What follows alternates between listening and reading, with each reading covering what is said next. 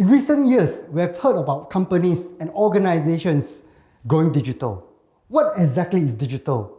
And what is a digital organization?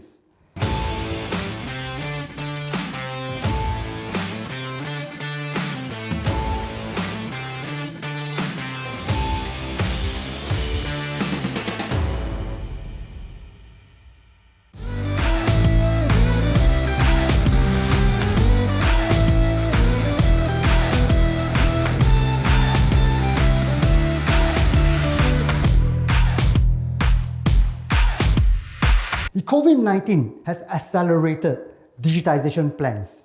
The Singapore government has provided $3.5 billion to help companies to digitize. In a recent survey, upwards of 75% of all Singaporean companies are accelerating their digitization plans. What exactly do we need to be successful in this path? And what are some of the massive benefits that we can get from it? To answer these questions, let us invite our next guest, Alan Lee, Head of Grab Operational Intelligence, to share with us some of these powerful insights to help us to move towards the goal that we want. Welcome, Alan Lee. So Alan, welcome to the Tony Tan Show. Thank you, Tony. Thanks for inviting. Well, you work with Grab, one of the most exciting, forward-looking and famous companies, digital companies I might add, that come out of Singapore in recent times. Right. What is it like to work with such an amazing organization? Okay, I must say it's been super exciting so far. The work pace is extremely fast, right?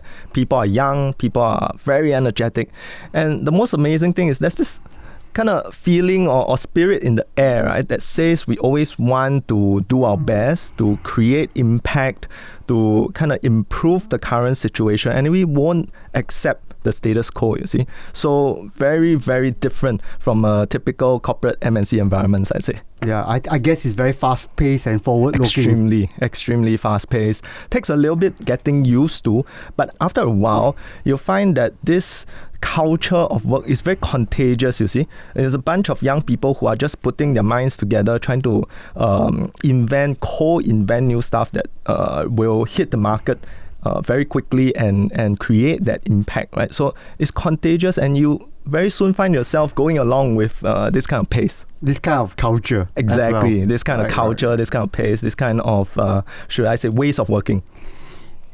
Grab, we know that it is an organization that is very digital in nature. Some people say they are born in the cloud. This word digitization has been such a big buzzword, especially recently. So what is the definition of digitization, Alan? Okay. Great question there, right, Tony. Before we go into specifics, right, I'd say there is a need to understand a difference between two terms. There is digitization, and then there is digitalization, right? So if you look at it, just to go as layman as possible, right? Digitization is nothing but changing, right, your information from an analog source into a more digital one. Take, for example, right, you have a hard copy document with handwritten notes on it. Digitizing that document means turning it into a text file that is then stored onto your local hard drive somewhere, right? Now, then digitalization, according to the definition by Gartner, right, is essentially the usage of digital technologies to transform business operations. Now, when you then try to understand these two definitions side by side, right, you'll realize very quickly that digitization is a very important first step to digitalization, but you cannot stop there. Stopping at just digitizing your documents will only get you that far. Yes, it enables you to convert the analog types of information, handwriting, into your ones and zeros. But if you're not doing anything about it, using that digitized information to transform the way you do things, then you are going to reap minimal only impact and outcome. I guess that was really a very interesting explanation. In fact, I think a lot of people is very confused with these two terms. It's a bit muddy and hazy around there. It is. And if I may add, right, I'd say the word digital is yes, Tony, to your earlier point, the buzzword of the day. right? It is the topic of the day today, but there is also a lot of confusion around what this word and also its associated ecosystem means, right? We need to try to dissect it because digital is such a big word, and it means different things to different people. To the companies, like you mentioned, right? Grab is a very digital organization. We are digitally native, I'd say. Okay, and we might want to go into a little bit detail later on that.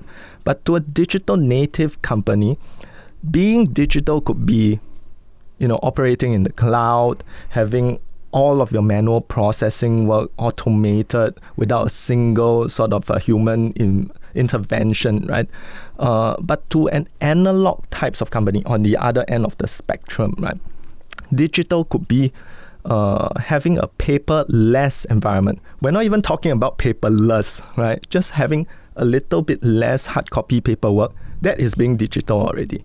The important thing I would say that companies, that individuals need to know about digital today is that it is not a binary types of term. So it's not just about whether you are digital or not, right? There is a whole spectrum, and it is a journey towards the end true north or outcome, right? So a lot of companies are thinking these days, I'd like to go digital. Am I digital enough? When will I be digital, right? So I think those are the wrong questions to ask. It's a continuum. You always keep on improving. And by the time that, say, you undertake a digital transformation project and you're done with that, right? I'm very sure the next big thing comes. And it's always being on top of the evolution game that truly makes a company digital in nature. Yeah. So I'm hearing that you're telling me about, the differences, and Yep. thank you for providing so much clarity about these different terms. Happy to. And I think the thing that I get from you is the journey. It is a journey. Correct. It is a journey. Now, how do you see this journey changes in the last couple of months? We have seen government recently. Singapore government has pumped in $3.5 billion to help company to go through digital transformation. And in a recent survey, we see upwards of 75% of Singaporean companies surveyed say they are embarking on some form of a digital transformation project. Yes. So how does this COVID-19, this pandemic play out in this journey that we are talking about? Okay. That's an excellent question, Tony. I'd say the pandemic situation has, if anything, accelerated companies' pace of digitalization. And why so, right? If we look at how COVID-19 has shaped the world, I want to look at it from mainly three angles, right? COVID-19 has changed the way we live, work, and play, right? If you think about living, today we are spending most of the times at home. We are surviving on either home-cooked meals or deliveries. And even if we do get the rare break, right, the rare chance to head out for dinner, right, you basically have your mask on until the food is served, right? That's how our ways of living has changed. Our ways of working, obviously, large proportion of us are now working from home. We are attending Zoom meetings as the main form of communications with each other. And the days just seem longer than what they were before, right? So from where we started off of a 9 to 5 typical sort of working hours in the office, right now it's more of whenever work or interaction or Zoom calls are required. So that's work, right? And finally, play. Right, events that are large scale or group activities have largely been disallowed. So your mega events, concerts are no longer happening, and attractions or even retail outlets, right, have a hard headcount sort of cap to manage the crowd and to manage social distancing within. And lastly, your night sports, entertainment joints are a thing of the past, right? Today, the best thing we get is probably a dinner with some drinks in a restaurant. right? And yet you have to make sure you finish your beers by 10:30. Right. So the ways of live, work, and play has really, really been transformed, and this is the impetus, right, to push people and organizations towards a working model that is no longer, should I say, familiar to us anymore. So basically, the conventional, tried and tested way of operating a business, and typically we associate this with the brick and mortar setups, physical labor involved work, and a lot of association with hard copies, applications, forms, and all of that. It's largely, I wouldn't say irrelevant, but much, much less relevant today.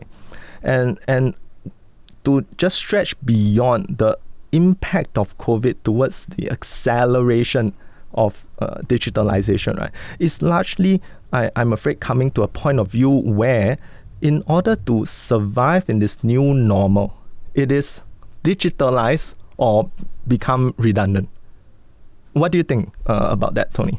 Yeah, I think, Alan, to reinforce what you say, I've been thinking about this topic a lot as well. And I do see that this new normal is not going to go away.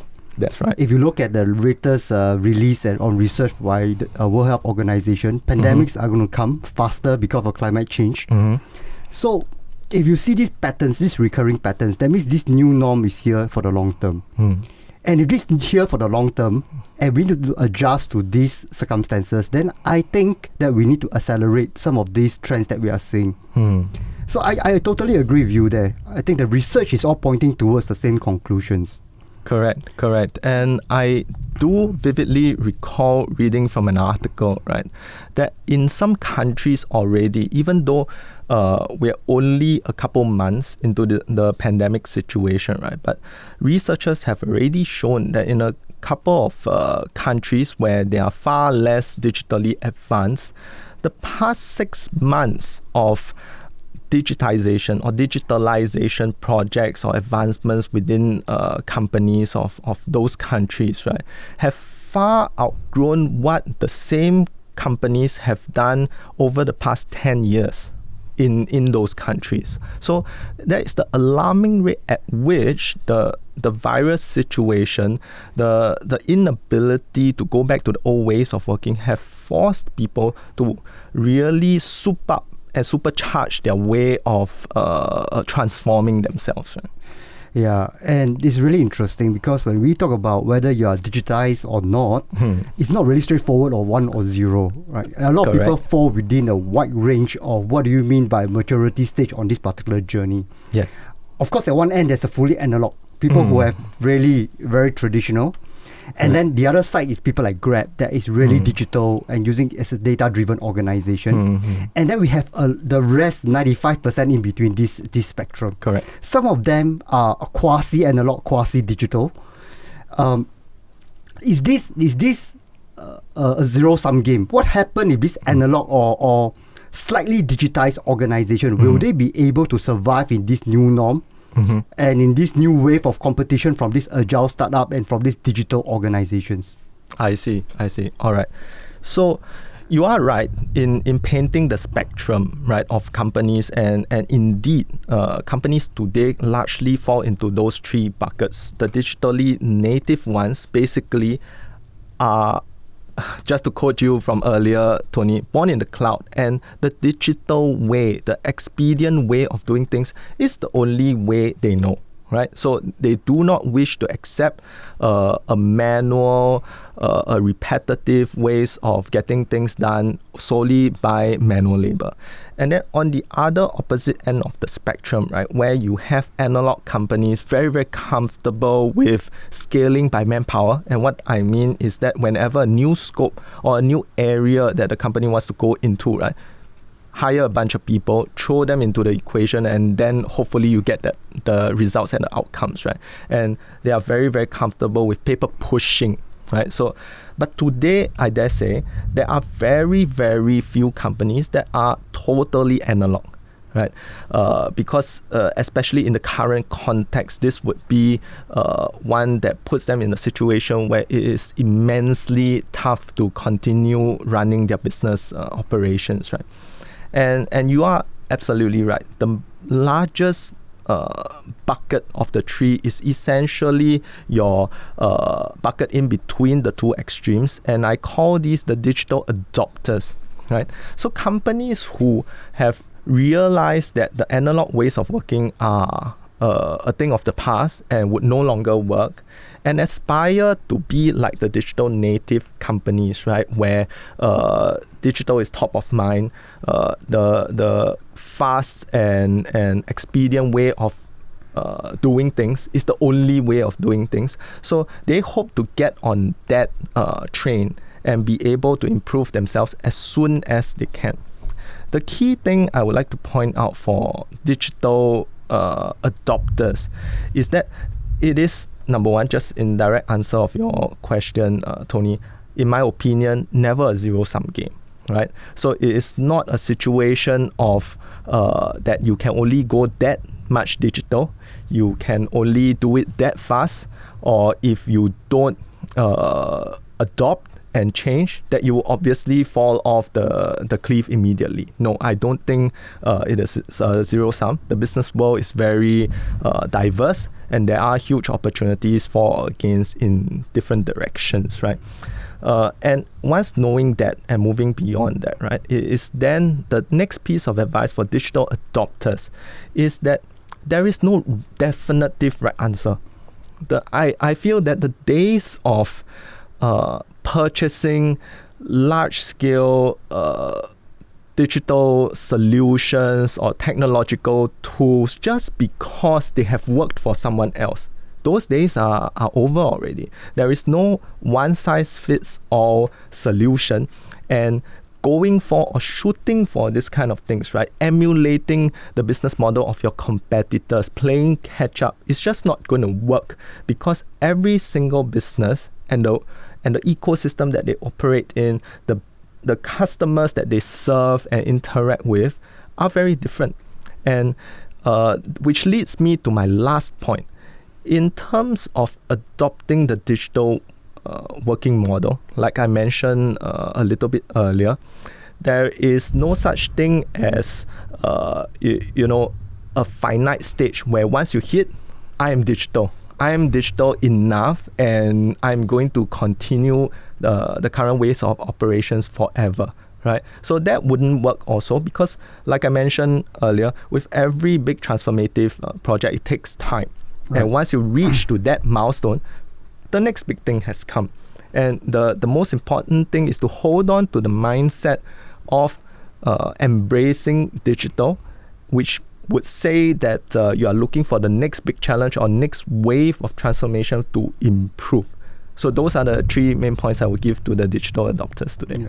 So what you're saying is that success builds upon one another, right? You have to get to a certain stage and then you amplify, you get to a certain stage and amplify it, and this is a journey. Correct. You will never arrive. It was just a constant state of improvement, constant state of adoption, constant state of fine-tuning. Correct, exactly. And I like the fact that you talk about a journey, because today, I think one of the biggest fuel for very successful digital companies, whether it's Amazon, Alibaba, or Grab, is data. Yep. And that journey allows you to create that data, and that data will take time, wouldn't it? Yes, certainly it will take time. And I'm already guessing what's your next question, Tony. How much time would it take, right, for a typical company, or our biggest bucket here, right, the digital adopters, to get to a stage where they are savvy with data, they are leveraging the most out of data that they could, right, to accelerate their business? I would say, before we tackle that problem, it is important to look at the end-to-end value chain of doing good data processing and analytics. Right? The end-to-end value chain says that in order to have good data, you first need the correct infrastructure set up to capture information and data in a right structured manner that can be useful. Right? If we are looking at just capturing anything and everything in something that nobody can digest. Of course, there are advanced AI technologies today that would dive into a data lake and pick out information or generate insights for companies. But I would still say that for our chief group of folks who are looking to adopt and embrace digital, that is too much of a messy outcome. Right? It is possible, it can be done, but would not be the first thing that comes to mind, right? For someone who wants to get the data value chain right. So infrastructure and getting the right setup is one. The next stage is in having the correct data processing models and frameworks to make sense of the information that you have now captured in a very nice and readable format. So this is where you would need to pump in information into either pre-built models or evolving models with all your predictive kind of modeling, forecasting mechanisms already built in. And this is the stage where you put a lot of attention to tweak the model to get the outcome that you want. Right? The last group is once the data and information has been pumped in through the processing models and frameworks, and you now have visualizations, you now have charts that you can look at, how do you derive business insights, right? And this takes a lot of information, acumen about the business that you're running, the ecosystem you're working against and within, right? And what basically the percentages and the pies mean to your business.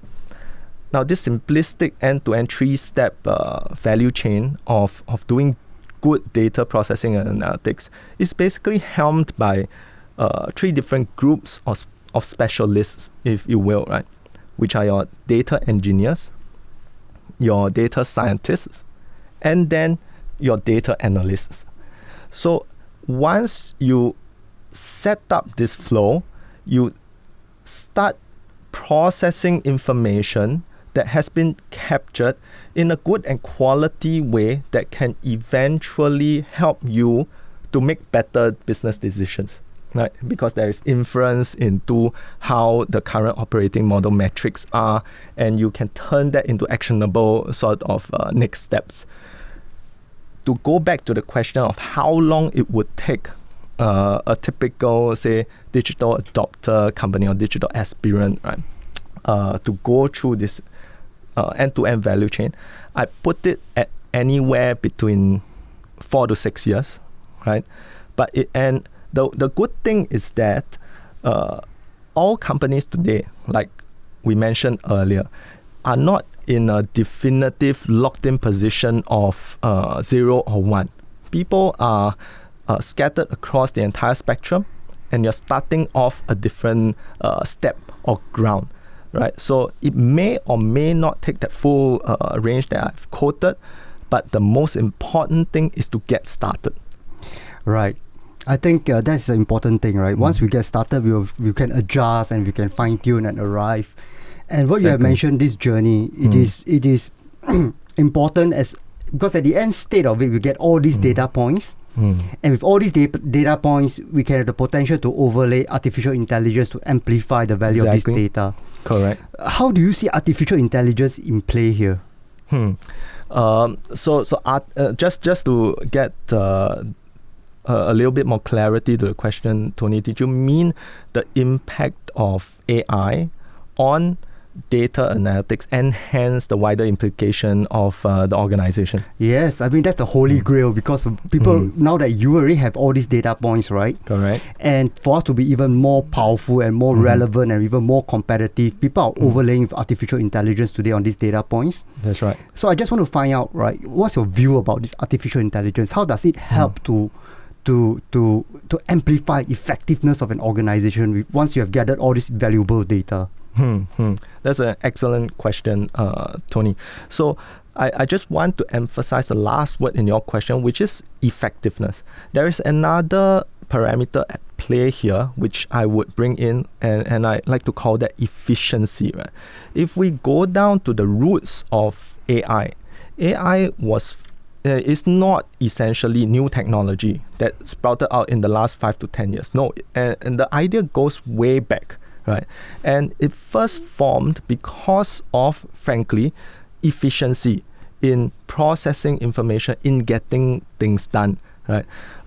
You could go with the conventional ways of manually accumulating information on a piece of paper in a spreadsheet, or manually tweaking bar charts that you create for visualization, right?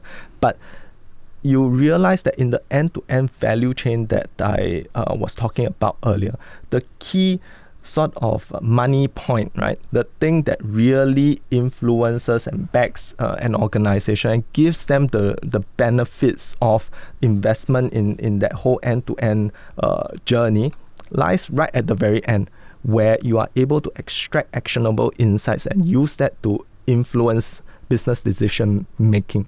So how do you improve this end-to-end value chain such that you spend as little time and effort as possible on the uninteresting, boring bits, but no doubt essential, because they are needed in that consequence, in that sequence, right? Without which you never get to the main outcome, or it would be a very dirty outcome, right? That it does not allow you full trust in terms of the insights, right? So that's when AI came into the picture. How do we automate data processing? How do we automate the idea generation or the visualizations of bits and pieces of information? And we're not talking about the application to the business yet, right? So this portion was the main spur for AI, right? Mechanical steps that have to be taken just so that we can get to the main outcome. And the idea of using automated processing, right? Hence, artificial intelligence in a sense, right? To get us to that main outcome. Today, of course, fast forward the many decades since AI first came into the picture, right? It is used in far wider ranging applications built upon the base of automating uninteresting, boring work, right? To the effect of doing more than what it could have been possible earlier. But at the end of the day, it is still, so we're talking more about the effectiveness realm having moved beyond efficiency, right?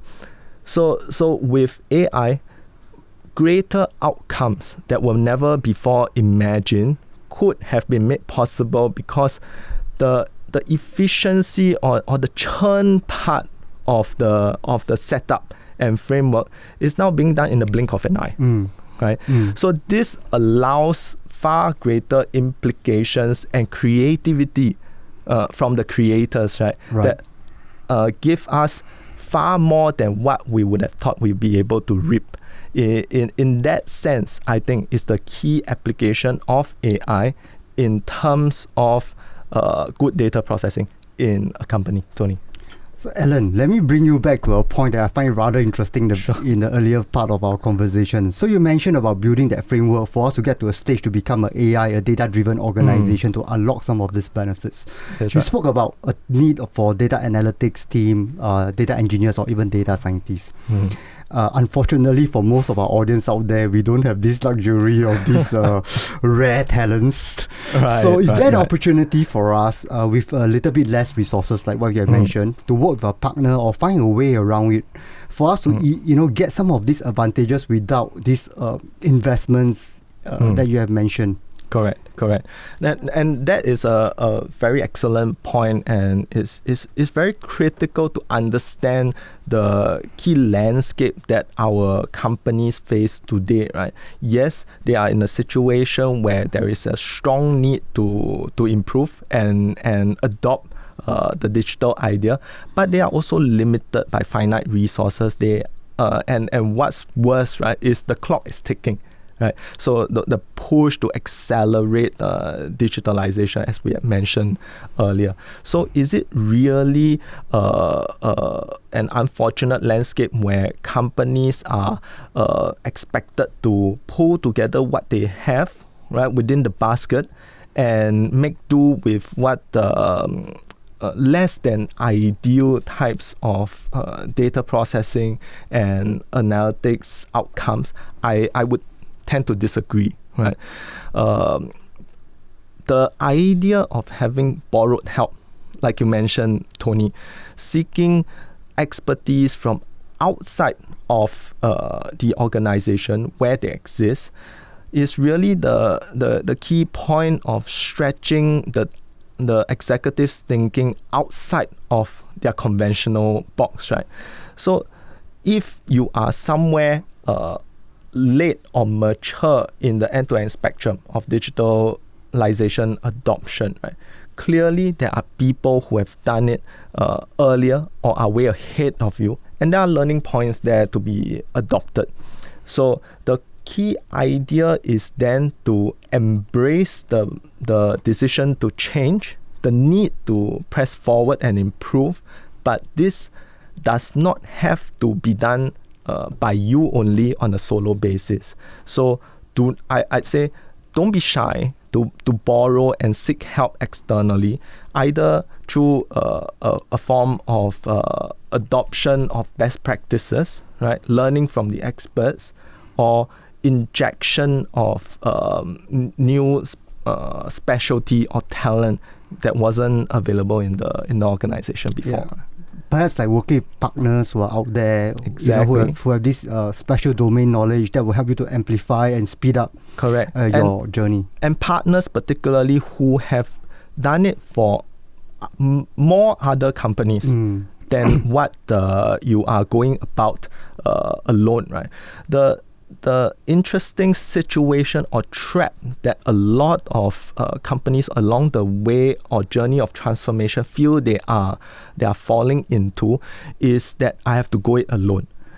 That nobody understands my business except me, and there is no real replica of my business model somewhere else. But I like to stretch the thinking to go a little bit beyond and understand that while there can never be an identical replica of your business model in the current exact same ecosystem and landscape that you're working on, right, there are companies out there who have a lot of common ground, who face similar issues in a different shape or form, scale and intensity, but who have breached those gaps. So organizations, particularly like you mentioned, right, external third-party partners who have helped some of these other organizations breach the gap, could then have that insight that you lack right now to push it forward. Thank you, Alan. There's hope for me now. I begin to see a light at the end of the tunnel. There's hope for everyone, I assure you. And then I want to ask you a question, right? Yes, so we talk about feel free. A wide spectrum of companies within different stages of digitization.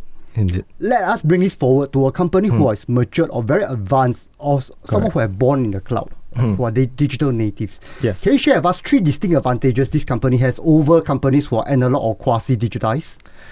Interesting. Now, I would like to even take that and superimpose upon the situation that we're all facing right now in the middle of a pandemic that is ever evolving, and I don't think we're anywhere near out of the woods. Situation is still changing as we speak, right? So what happens to, what are the key advantages of a digital enterprise as compared to someone who is not quite there yet? If you think about it, digital enterprises are the ones who have essentially largely digitized their information sources. They are able to reach and connect with their employees, their customers, their suppliers and vendors, right, without physical face-to-face meetings, and largely have already heavily invested, if not built it from scratch, right? Digital tools and technologies that enable a working from home model to be effective, right?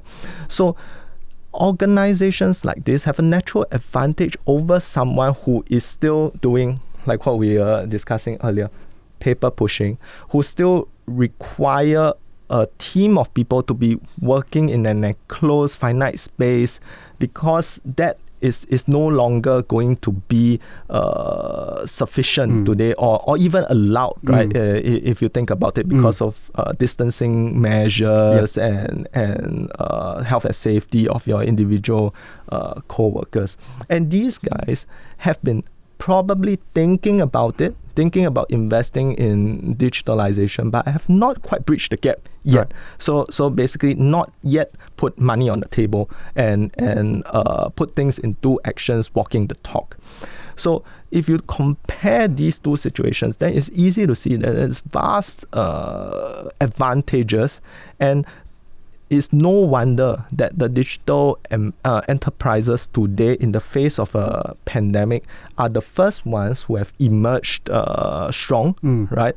And at least are able to get their business operations running to a stage which is close to, if not the same as, or at the tempo that they were operating at before the onset of the virus, right?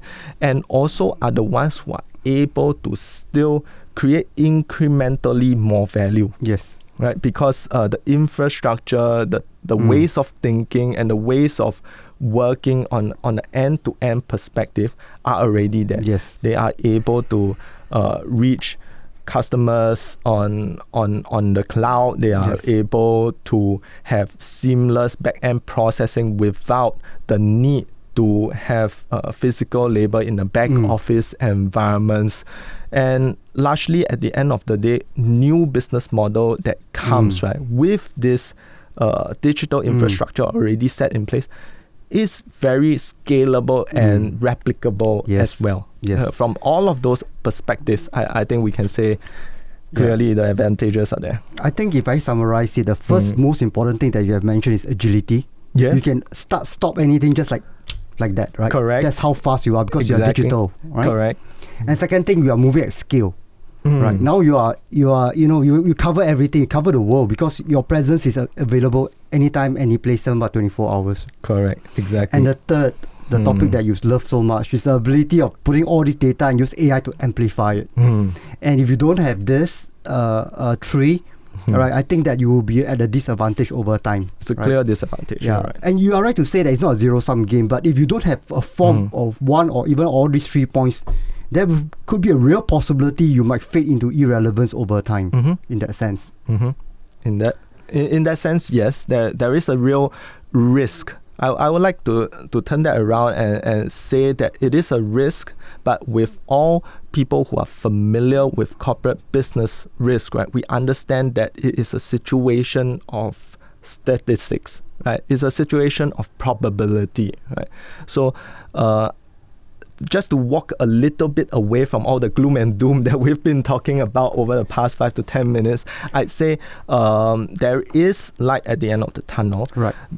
Even though companies who are not quite there in terms of the end-to-end digitalization journey, right, it is not all dark and that there are no opportunities or this is a definitively end game for all, right? In fact, I would say, based on what we had just been discussing with each other, ample opportunity exists. It starts with the correct mindset, right, to adopt the digital ways of working through your own internal resources and borrowed help that we also discussed. There is a good chance to transform and be able to remain relevant, right, before it is too late. Alan, I would like to take a pause here. Sure. I want to bring out something. Have a coffee. That's going to be another interesting topic that we want to talk about. Let's have a sip and we'll continue. So much better. Yeah. You know, when this conversation with you was we are being planning out this conversation, planning Yes. for this podcast. Yes, I Something recall. happened yesterday in Singapore that took everybody by surprise. Mm-hmm. And we know that Robinsons has collapsed after a good run of 163 years in Singapore. Unfortunately. One of the most iconic brands. Indeed. Yes, and it is sad. But at the same time, it's also reflect the trends of the time. You know, I want to hear your opinion about Robinsons, because I think that it is a good case study for us to have a connection with the topic that we are talking about. Sure. And I'd like to ask you a question. When was the last time you shopped at Robinsons? That's a tough one. I can't quite recall, and I think that speaks volumes about the situation. I put it anything between 3 to 5 years being the last time I shopped. The last time I did chance upon and look into a store would be a lot more frequent and closer to home. But then again, that does not keep the business afloat. Wow. And I think that speaks the same for me.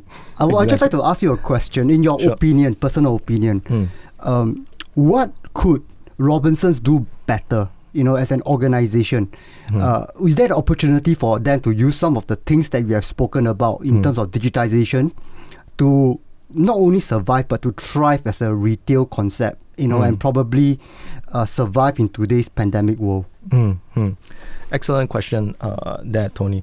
And I like to offer a few points of view, and hopefully then later perhaps tap into your brain as well, right, Tony? Because I know you run a very successful technology business. So would like a lot of the going ons for your firm would be applicable also to situations like this, right? So maybe to level up the conversation a little bit, I speak of retailers at large, right? The common business operating model that we are all familiar with and that shoppers are very quick to embrace. And as you can see, right, I was just reading an article earlier this morning that shoppers have flocked to Robinsons just to see their final few days of operations, right? So the fan base is there, but the business model that the shoppers are familiar with or used to be very, very familiar with are one of a brick and mortar retail shop. Window shopping is a thing, right? Space to explore different products under one roof is also yet another aspect. But if we fast forward that to today's consumer spending patterns and habits, right? Like we were sort of reinforcing with each other earlier, Tony, the last time we walked into a mega shopping center like that offers those 3 points that I've painted out, right, is likely to be few and far between. But if we think about the last time we made a purchase on consumer products, that is a lot closer to home. Yes. And that would be likely more often than not through your personal mobility and technology devices, your phones, your tablets, or even laptops in the comfort of your home. Right. Which also still gives you the exposure to the range of products, right?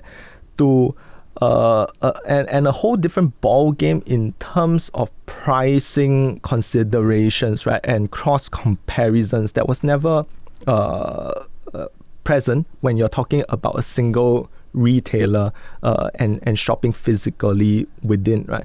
So it's easy to see why consumers have switched to this model, which is, I would say, the true embodiment of efficiency in terms of time, effort spent, and effectiveness, right? In terms of getting the best deals, wide range of products, and so on. So it's easy to see why consumers would adopt the latter. For retailers, how is it that this thinking or notice of the changing consumer spending behaviors have not caught up with the major or sort of the mainstay ways of operating a retail shop? So why is there this disconnect, right? I like to offer a few different points of consideration, and feel free to add on, right, Tony. One thing very strongly is over-reliance on a model that has worked in the past. It has served me well over the past decades. We are seeing the revenue, albeit a little bit trailing down because of the rise of e-commerce and alternative retail purchasing options, right? But it is working to a certain extent, right? The perceived difficulty in adopting a model that would entirely shake up how things have been run so far. So imagine a switch from running a brick and mortar retail shop into a pure online based e-commerce solution, right? And this switch, we do not expect it to happen over one night. Yeah. Right. So different people assign or tag different degrees of effort, difficulty, cost, and resource requirements to the journey to get there. Hence, a certain impediment to making a change, right? And the last thing I like to offer really is the thinking of where do I even begin, right? I want to reach that new end state, but that suddenly a whole volume of things to do is overwhelming, right? What do I do with my physical labor? What do I do with my real estate right now? What do I do with all of the physical inventory, right? Which is currently on a fast-moving types basis, and now suddenly becomes one where online orders just come across a platform direct into my point of sale system, right? So I would say there are a myriad of factors, but these three underpin the disconnect between the consumer changing patterns of buying retail goods versus typical brick and mortar retailers sort of continued ways of operating their business. Yeah. What would you say to that, Tony? I think you have a very good point. I think the company structure has to be ready for these changes, and we talked about agility earlier, Correct. which is absolutely necessary. Management, of course, right, to throw their weight behind this to make it a important pivot. I felt that if you look at Robinsons, they also have an online store, but it is not something that is part of their main strategy. You're right. And I think that they miss out an opportunity there. The world has changed, but the attention and the focus for them has not.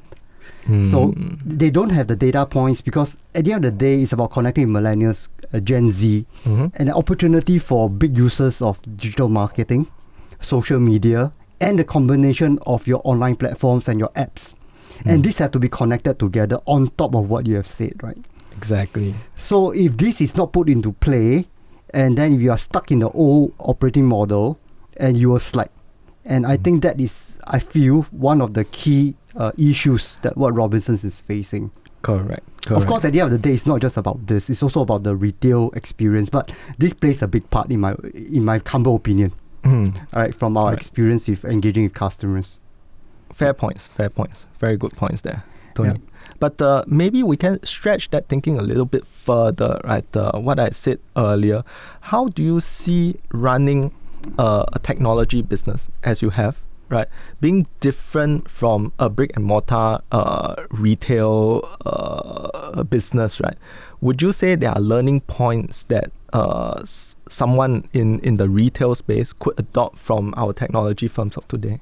Of course, there's so many things, right? Today, we're talking about retail. Retail is one big industry that's going through so much changes. Indeed. I think there's a lot of opportunity for us to bring some of this tech into play now, right? Of course, data point, being a data-driven organization of AI is critical.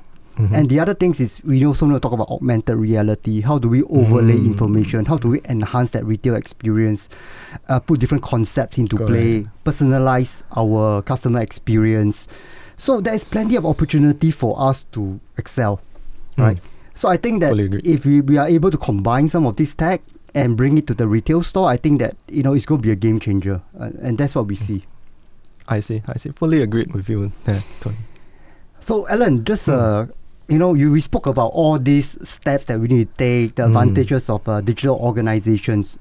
Can you give our audience like 3 tips on how they can successfully adopt digitization in their organization. I see. Okay, great question there, but perhaps allow me to approach it from the other direction, right? Because tips and tricks, guides to digitizing, like I had mentioned before, with digital being a big word and a huge spectrum where everybody is on at a different part of the journey, really guides or tips and tricks are hit and miss, right, depending on what you're doing at any one time. So I'd like to turn that around and perhaps offer three main pitfalls of digital transformation, right, that I've seen in my experience so far. And they largely, I think, circle around resistance to change, right? Not knowing where to start, depending on what are the latest technologies that are available and so on and so forth, right? And finally, having the ability to forecast or to put in mind an end state or true north that you want to achieve, right? So I think these are the three main pitfalls that companies typically face today when they adopt their digital transformation plans, right? And I can offer some examples just to bring a little bit of color to the conversation. Resistance to change is a very prevalent and real situation. In my previous life as a business consultant, I've worked with clients who have the best and biggest, most ambitious business plans, right? But fail to execute to even get started across the starting line, right? Or fail to bring it to complete fruition because they are unable to string along people, right, to make that change happen. A case in point was an MNC organization that I have worked with a couple years before. And this organization story has it that one day decided to really overhaul their finance operating model, right? And embark on a journey to centralize common resources, right? So it's a shared services model to do more with less, right? So on paper and in theory, in front of the executives, a clear business case, right, without a single silver of doubt. But fast forward 1.5 years into the execution, right, which is already 3 times as much as any typical organization, in my experience, of their scale, that are able to move to a shared concept, right? So after 3 times the time, they are nowhere near even getting the project off its feet, because most of the first year, in fact, was spent in internal conversations, the central HQ team convincing themselves that it would work. And even that outcome took a little more than a year to complete, because there were just layers and hoops and barriers, right, of departments, teams, bosses who weren't quite aligned to the new ways of working. Then the final half a year was spent in communicating what was finally decided and aligned, but only within HQ. And when it reached the regional firms, which were subject to the centralization objective, the communication just ground to a halt, right? So it was push after push of just getting people subscribed to the idea, not even yet boots on the ground making things work and change happen. So after half a year of that effort, with a total 1.5 years in the backlog, right, the project was cancelled. So never ever underestimate, right, the resistance to change, even if at the top, at the logical level, it is most certainly, without silver of doubt, the right thing to do. So that is what I would caution companies, right, to think about. And the other 2 points, like I mentioned, right, is really intuitive in a sense, and we've largely talked about it. The idea that not knowing where to start off because of a gamut of different possibilities, right? And projects that can be undertaken. So the main piece of advice here really is take a look internally. Internalize the learnings and best practices of other companies who may have walked the path before you, but by no means take that as a holy Bible of digital transformation, right? Most importantly, look internally, decide what needs to change and what can be changed in what sequence, right? To bring your organization to a digital operating model. Put it on a logical and achievable right roadmap, and basically get the pieces started. Because you want to generally avoid a situation of analysis paralysis here, right? People who are always thinking, I'm not ready enough. I'm just not there yet. You're right. There's things to do, but we just need to be super extra careful. Right. All of these things need to be balanced in terms of getting the ball rolling. Right.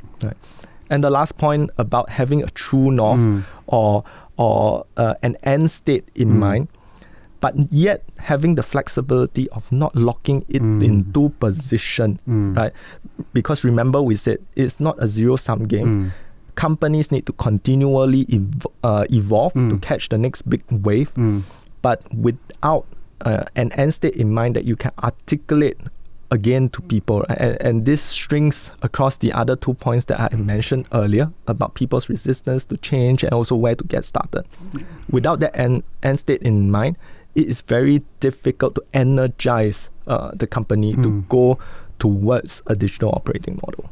These are corporate gems right there. Three sacred points for us to consider as we embark on our digital transformation. I hope so, Tony.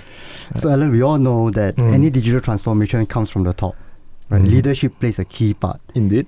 And in today's world, leadership is going through a lot of changes. What do you think about these digital leadership skills that we need to adopt today to make sure that we are able to harness and drive organization towards the right direction? I see. Okay. Indeed. But I'd like to perhaps, Tony, if I may, slice down that question into two main parts, right? If you're looking into understanding key leadership skills required in a digital enterprise, we need to understand that the ambit or the idea of having good leadership is around the ability of the leader to create and generate outcomes from people other than himself or herself, right? So basically create outcomes through other people. That is true leadership. And along that equation, the most important, undoubtedly, component is people, right? So good leadership skills, in my point of view, channel into largely how do you manage people well. So good people management capability and skills, understanding and being able to deploy the right resources, acquiring the correct talent as and when it is required to push along the digital agenda. And also, if you think about it, right, another aspect that is related very, very strongly to people aside from people management skills is what I would call empathy. Do you think empathy plays a key part in leadership today? I mean, when you're managing teams, when we are talking about from a management perspective, right? You know, to get people to you harness these people to execute. Some people ever mention about empathy to me. What do you think about empathy? You think something critical in today's world in such changes? Yes, and I will explain why, Tony.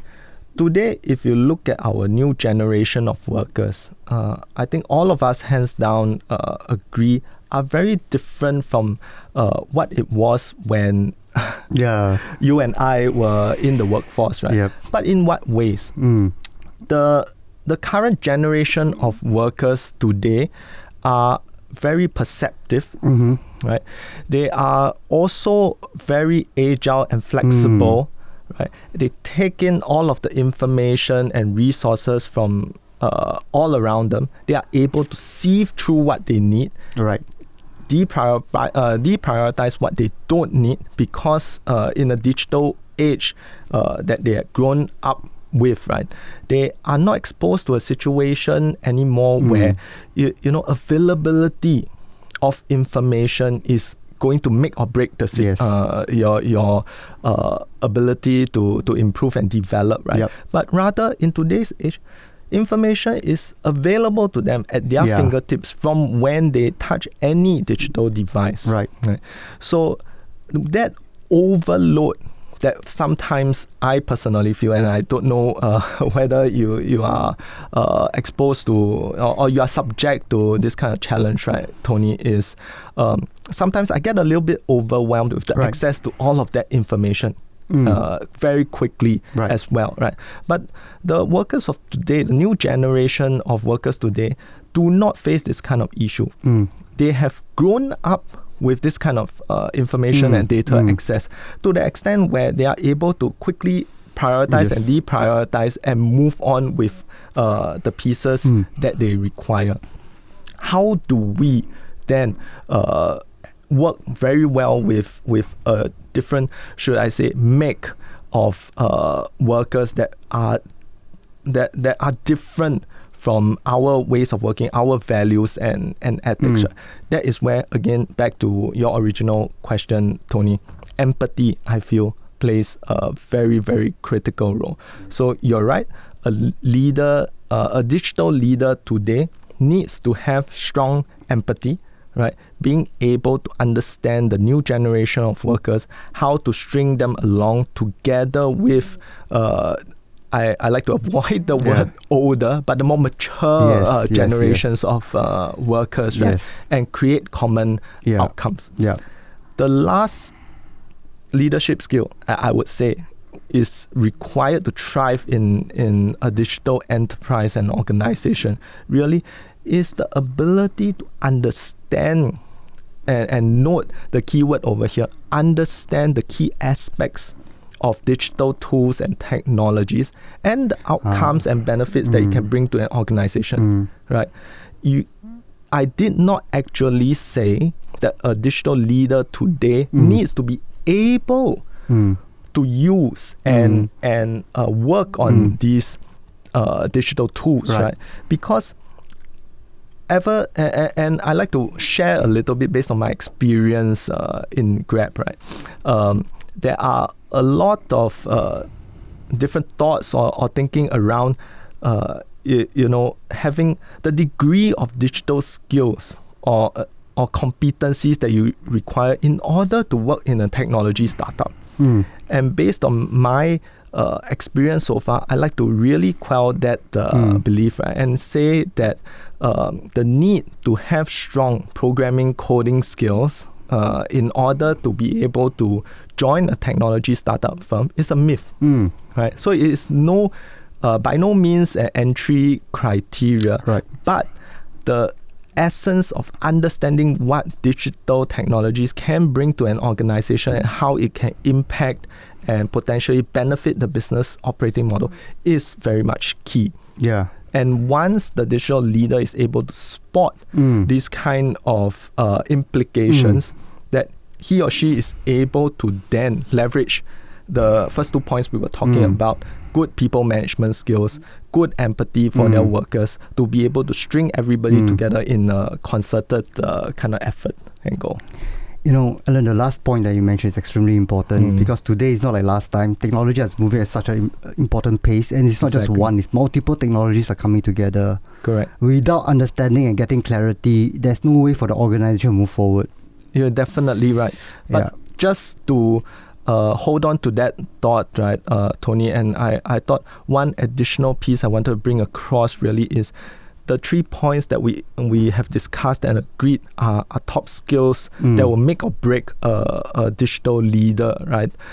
You would realize that only one of them absolutely have some tinge of relation to digital technologies. All right. The other two are tried and tested conventional people management skills that have since the beginning of time when people got together to work with each other and generate joint outcomes. Yeah. Right?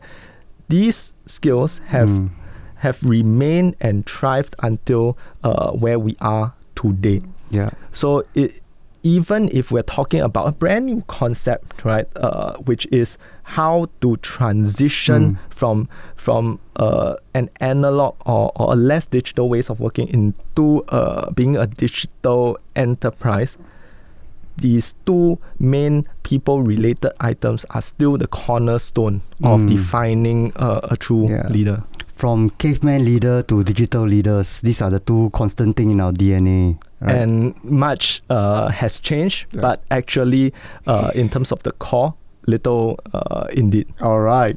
So, Alan, I'd like to change gear a little bit, right? Sure. We've been talking a lot about corporates, we're talking a lot about some facts here, which is very important, especially in today's world. But I want to know the man behind the head of operational excellence in Grab. You know, was there a time in your life where you have hit a low point, you know, and how do you feel about that? How do you recover from that situation? Oh, wow. That's a very challenging question, Tony, and I hope this portion doesn't bring tears to my eyes. But indeed, as with all folks who have sort of come along a long way in terms of their career, I too have traversed the path, right?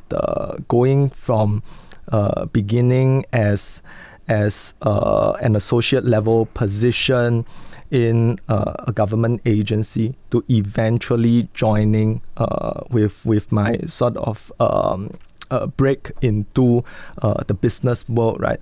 A consulting component, right? Working with private clients to now where I've taken that business transformation ideas, right? Process improvement, automation and data analytics in-house in a tech organization.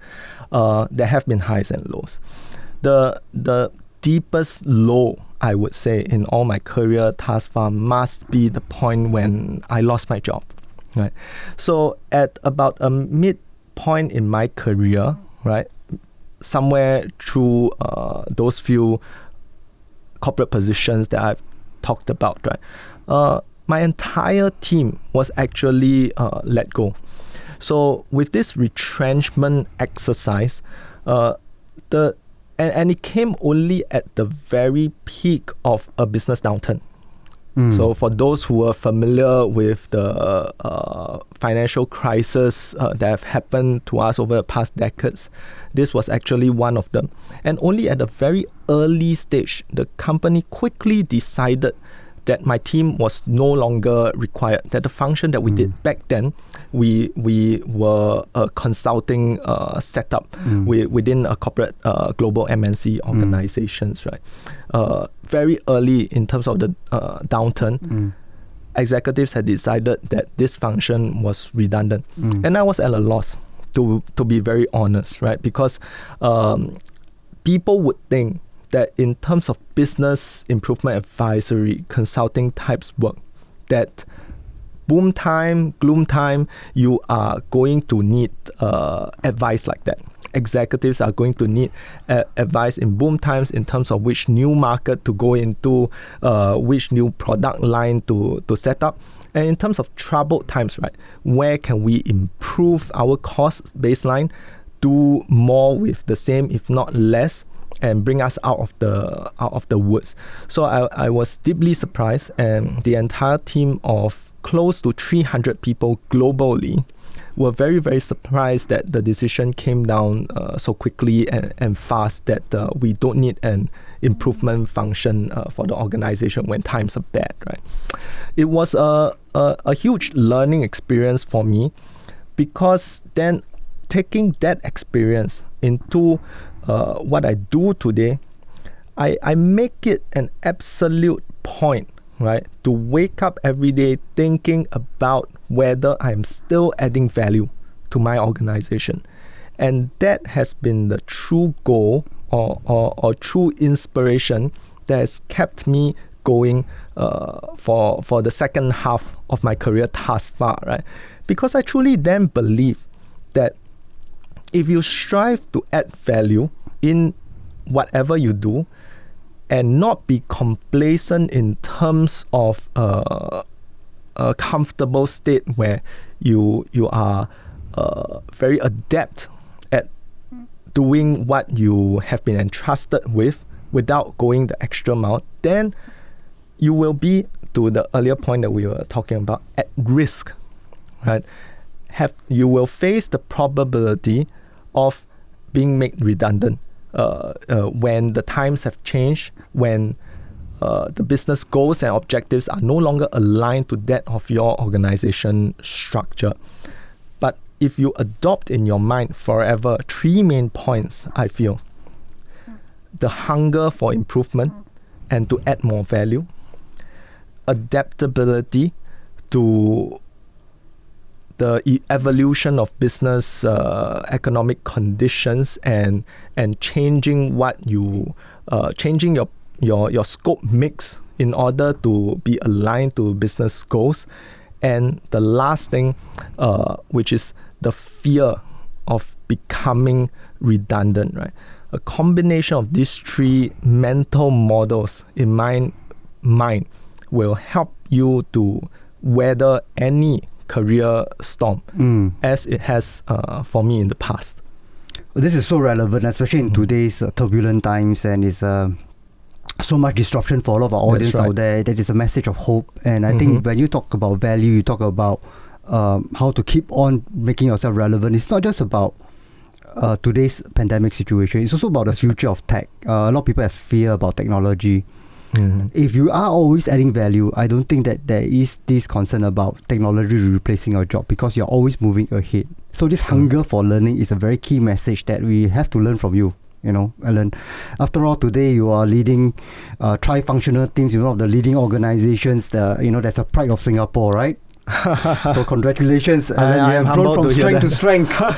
I'm humbled to hear that. Yeah, your 3 wisdoms has been serving you well.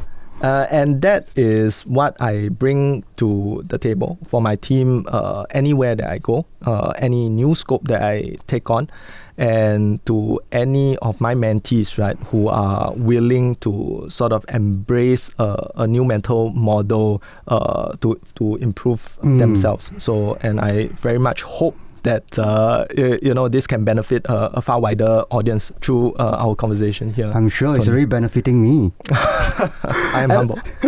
Alan, one last question for you today before I let you go. Yes, please. What are some of the habits you have adopted in your life to help you to optimize your life? To help me to optimize my life, I perhaps can take that from 2 points of view. Number one, the mental state, so the thinking habit that I have formed, and in terms of physical day-to-day activities, especially in today's COVID context, right? So we did talk about how the ways we live, work, and play are different. So today, the way I go through my daily life has also changed. In terms of a mental model, I've realized the importance of being authentic. Right.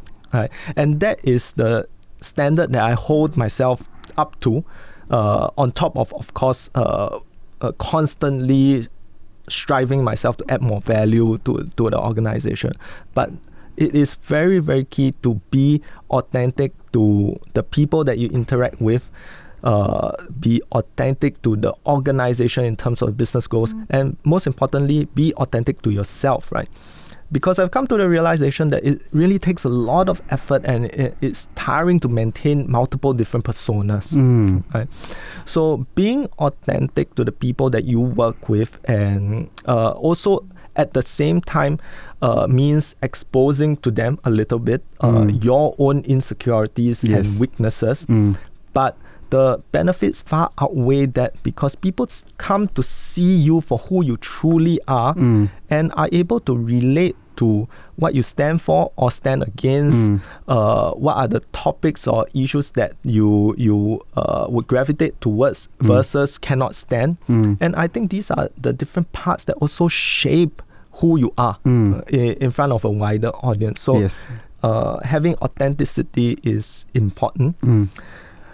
In terms of the physical day-to-day, I would say in light of today's COVID situation, and I'm sure a lot of the folks out there share my point of view, right?